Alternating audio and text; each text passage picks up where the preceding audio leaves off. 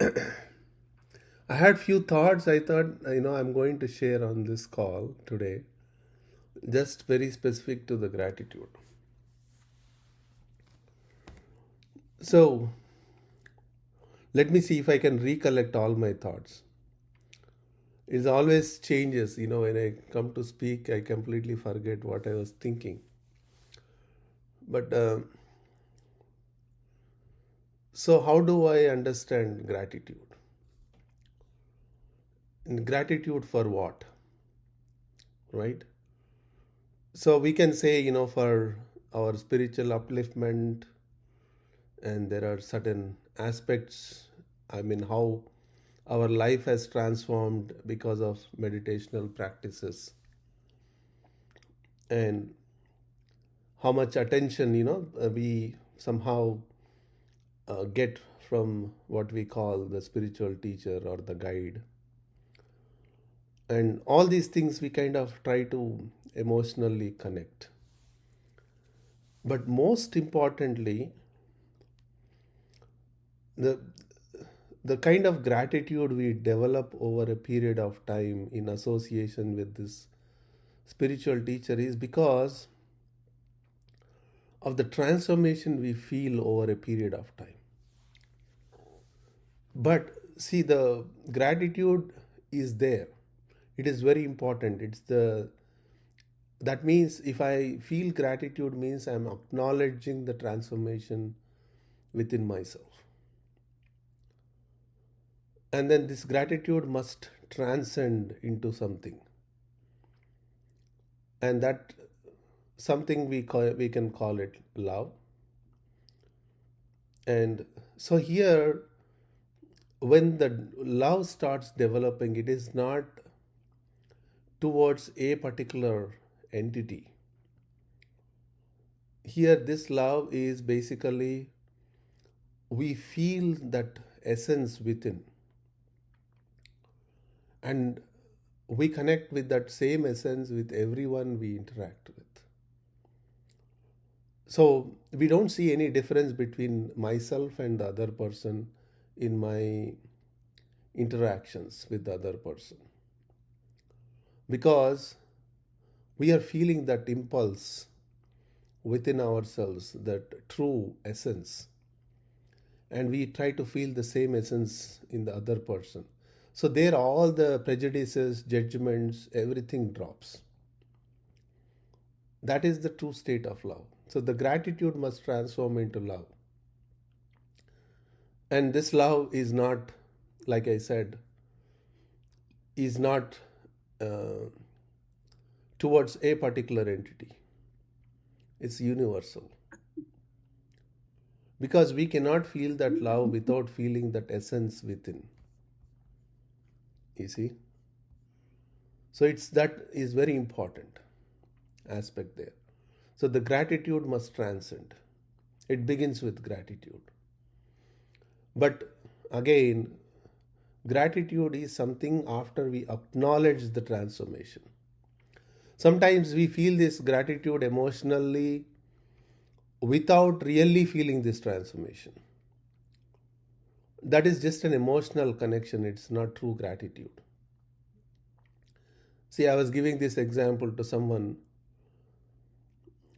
towards our parents when we were growing up. We don't really see the service, the amount of love, the amount of, uh, like sacrifice they have done for us. We don't realize. But after we have become parents ourselves, then we kind of start recognizing, how much our parents would have done. And we are trying to do the same thing with our children. The same sacrifice, the same service, same love, same, what should I say, taking care of in every aspect of life.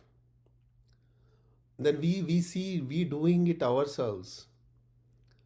Then our gratitude towards our parents, the real gratitude begins after that we ourselves become the parents. You see that? Until then, we don't recognize. We only see, oh, my father is objecting to what I want to do. As teenagers, we always felt. They didn't want us to, have fun in life. You know, now I see my children. They say, "You don't want to have any fun in your life. You just go and meditate." They tell me that. It's like you're the most boring person. So all this, we said it to our parents ourselves, but now we feel that real gratitude for what we have received. So then that is a true gratitude, because now we've kind of felt it really, I mean, in a true sense of what this system has done for us.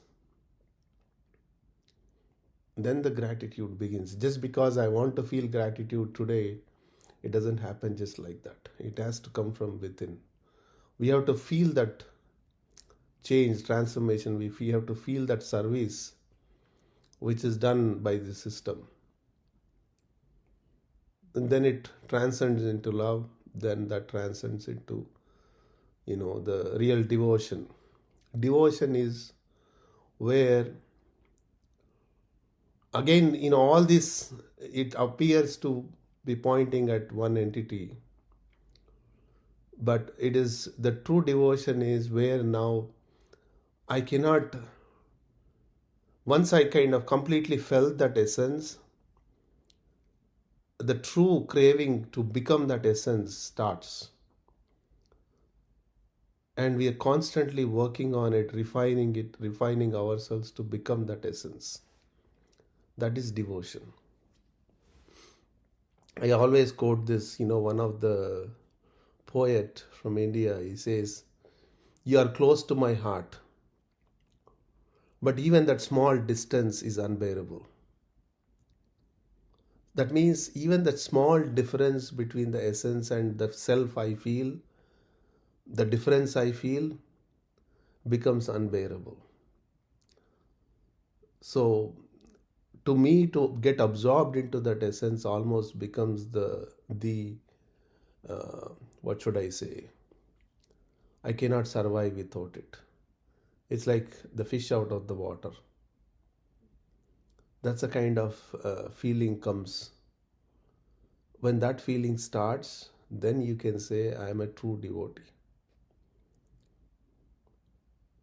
Otherwise, we are all indulged in emotional drama when it comes to this higher essence.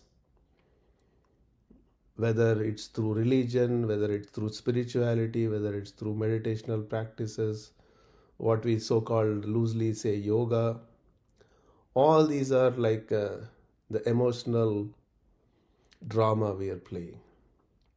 When it comes to the real essence, the real thing, the expression of it changes completely. Okay. So a true devotion is where my life depends on it, that essence. Then it's totally a different game we enter into, a space we enter into. How do we recognize the difference? You will. So today I might feel emotionally, but we know it. The Our inner self always tells you the truth, whether you like it or not.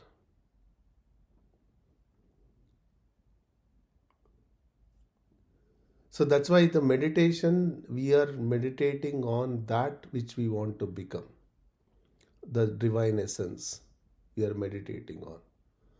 Why are we meditating on it? Because the principle of meditation is you become that which you meditate on. So that's why we meditate on the divine essence itself. Then, we are kind of stuck with this, what should I say, conventional thoughts. Oh, if you are in meditation, you should not have any thoughts. And a lot of gurus outside, you hear them, no thoughts. Oh, you should focus on one thing. All these impossible tasks they give. And they say, oh, I have no thoughts. How come you have no thoughts and yet you are speaking? It's not possible, right? So this thoughts, no thoughts is a big struggle for many people in meditation. And some people say, oh, I have given all my thoughts to the God and then let him take over. I have given all my thoughts to the master. All these things, because why are we doing it? Because we don't want to think during meditation. But I have not found a very good answer. What if I become thoughtless? What is the benefit I am going to get out of it? I could never get that answer. In our deep sleep, which we attain every day when we are sleeping, if you monitor your sleep, it will show you the three levels of sleep, right? The REM and REM sleep, and what is the other one? The deep sleep, whatever, the core sleep. There you are become thoughtless already.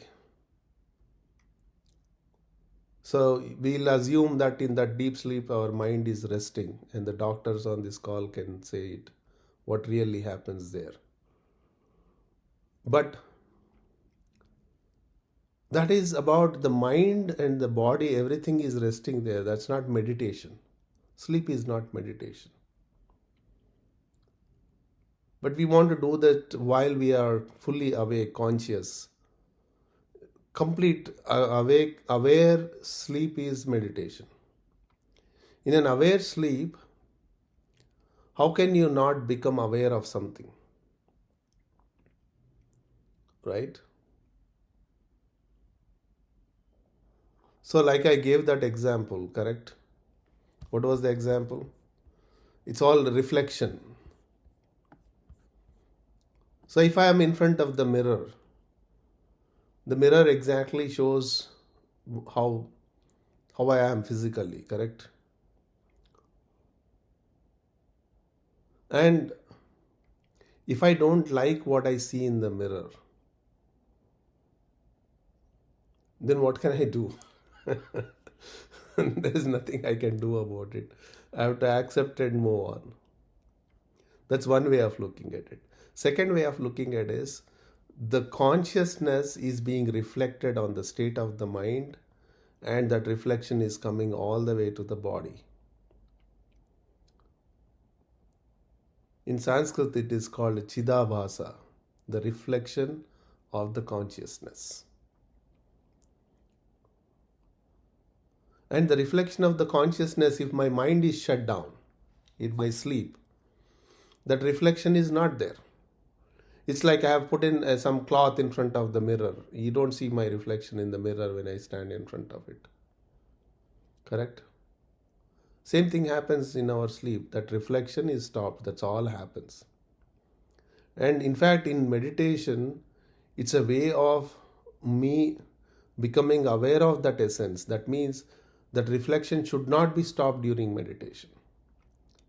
For any reason, if that reflection has stopped, in fact, basically, I have broken the purpose of meditation.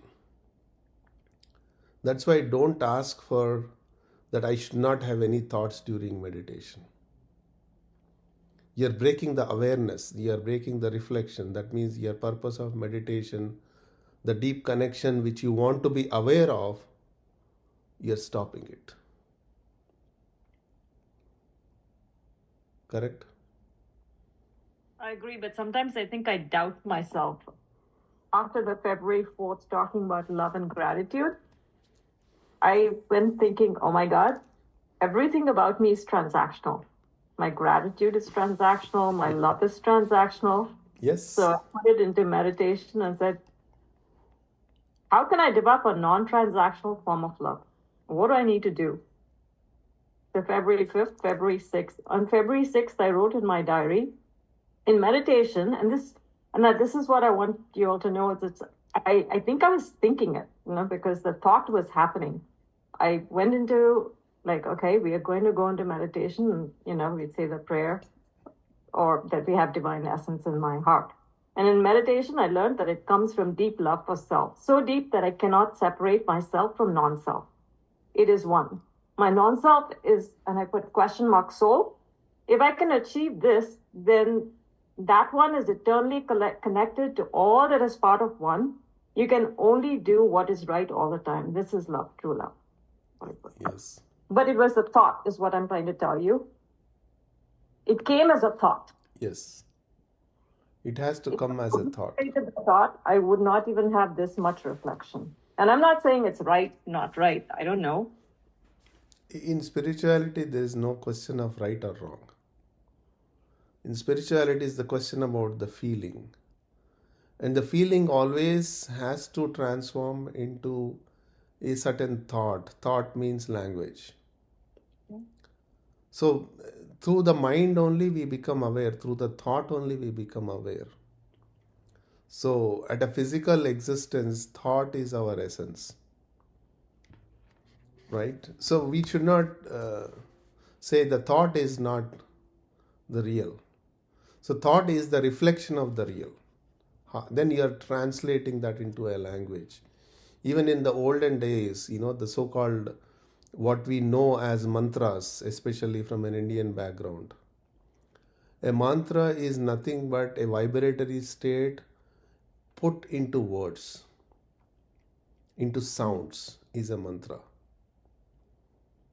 So, like the famous Gayatri mantra, when you talk about, it was a vibratory state experienced by the saint, and he has to write his journal, right? So he wrote in letters, in words, in thought, in language, which they can translate the vibratory state into, and now we recite it as a mantra. Correct? So everything at the end of the day, it has to come to the level of a thought. There are certain experiences which we cannot find any equivalent words. So I say I felt something beyond. That means I don't know how to express it. That's all it means. Right? So we must trust every feeling, everything comes in our meditation. But we also need to know that we are going to transcend it, because we don't want to stuck with some experience. It's a journey. I'm ready for the next scene in my journey. So next view in my journey, next experience in my journey, that's okay, I had it. Then move on. So because we don't want to be stuck in a place because I had an experience. So it is an experience, but then we are looking forward for it. So, and going back to your question, how do we go transcend this transaction in the mind? Transaction in the mind, we automatically transcend if my mind connects with this essence. Because that essence doesn't ask for any transaction. But when we come out of it, it automatically enters into a transactional state. But the state which we have experienced, if we can kind of connect with it, sort of live in that state, automatically we become non-transactional in our approach. So in true love, there is no transaction, because how do I transact with myself? In transaction, there are two people, but when it becomes one, the two become one. What is the transaction between the one? There is none.